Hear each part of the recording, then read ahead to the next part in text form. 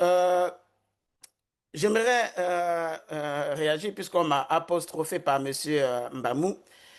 Monsieur Mbamou, j'ai envie de vous dire tout simplement que euh, je regrette que vous soyez, vous représentez une figure assez emblématique de la politique congolaise comme Monsieur Fayoulou, parce que là, vous êtes en train de le foutre, la honte sur le plateau. J'ai envie de vous dire, moi-même, je suis aussi du Congo-Brazzaville. Je suis du Congo-Brazzaville. Messieurs, moi, j'ai publié, j'ai écrit, j'ai rédigé une thèse dont la grande partie a été consacrée à la RDC. Je ne sais pas si vous avez, ne serait-ce que publié déjà une tribune sur votre pays, la RDC. Et au vu de vos interventions, de vos anathèmes, cela révèle tout simplement l'inculture politique et juridique, voire même du fonctionnement institutionnel que vous incarnez par rapport à votre pays et que vous prétendez connaître toutes les méandres. Vous voyez, vous n'avez pas le monopole de la connaissance de la RDC. La RDC, ce n'est pas un pays qui est fermé que entre les Congolais. Non, tout le monde peut s'intéresser à ce pays, y mener des recherches et avoir une idée, une opinion très claire. Donc voilà, arrêtez votre provocation. Faisons un débat de haut niveau, un débat d'intellectuel, un débat d'intellectuel. Puisque bientôt, vous allez encore nous qualifier de militants de l'UDPS. Là encore, j'ai toujours l'habitude de le dire que le bon sens vous a quitté. Le bon sens vous a quitté parce que je ne peux pas être du Congo-Brazzaville et être militant de l'UDPS ou membre de l'UDPS. Donc, le bon sens vous a quitté. Arrêtez ces anathèmes, faisons un débat d'une haute facture. Alors, puisqu'il faut faire le débat d'une haute facture, Carlyle et notre frère qui représente l'envol a épinglé un point très important, où quasiment il a dit que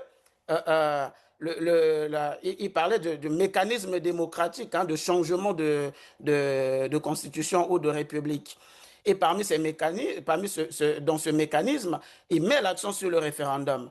Donc, notre ami, qui représente un parti de l'opposition, vient là de légaliser la démarche actuelle, vient de légaliser, de reconnaître que la démarche actuelle est légale. Ça, c'est le premier point. Mais j'aimerais que M. Mbamou et tous ceux qui contestent la démarche actuelle, là encore, je répète, vous m'excuserez si je vais trop fort, de prendre quand même un stylo, on va faire un exercice, un cas pratique, très simple. On va rappeler d'abord les faits. Les faits, c'est que vous vous opposez à l'organisation du référendum. C'est-à-dire qu'il n'y a pas de référendum sans l'Est, ce qui est légitime. Pas de référendum sans l'Est.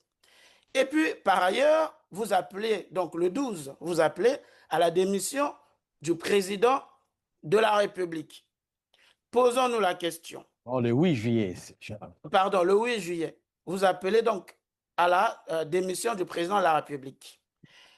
Posons-nous la question. Si le président démissionnait le 8 juillet, vous écoutez et il démissionnait. L'article 75 de votre constitution, que vous prétendez connaître, dit quoi? Qu'en cas de vacance du pouvoir ou en cas de démission du pouvoir, c'est le président du Sénat qui assure l'intérim. Et le président du Sénat a 3 mois pour organiser les élections. Donc, si le président démissionne, le président du Sénat va occuper l'intérim et donc organisera les élections dans 3 mois. Très bien. Mais est-ce que pensez-vous que le président du Sénat pourra organiser les élections dans un délai de 3 mois tant que Goma, Bukavu et d'autres territoires à l'Est sont encore occupés? Où est l'intelligence dans ce que vous réclamez en fait? Moi, c'est ça la question que je me pose. Vous êtes conseillé par qui? Qui vous conseille véritablement? Qui vous conseille? Donc, vous voyez qu'on tombe dans le même résultat de ce que vous contestez. Vous refusez le référendum parce que l'Est ne va pas voter. Vous appelez à la démission. La démission aura pour conséquence la succession du président par le président du Sénat qui va organiser l'élection dans 3 mois. Mais est-ce qu'il aura la possibilité d'organiser l'élection dans 3 mois alors qu'à l'Est, les territoires sont occupés?